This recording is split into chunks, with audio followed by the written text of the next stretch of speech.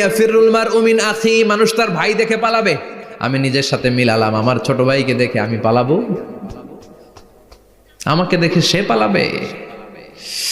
ওয়া উম্মিহি ওয়া আবি, যেই মায়ের পেটে 10 মাস আমি ছিলাম, যে মা আমি না ঘরে না গেলে ঘুমায় না, আমি না খেলে মা খেতে চায় না, আমার জন্য আমার মায়ের প্রাণ, আমার মায়ের জন্য আমার প্রাণ, কত ভালোবাসাবাসী। ওই মা আমাকে দেখে চিনবে না,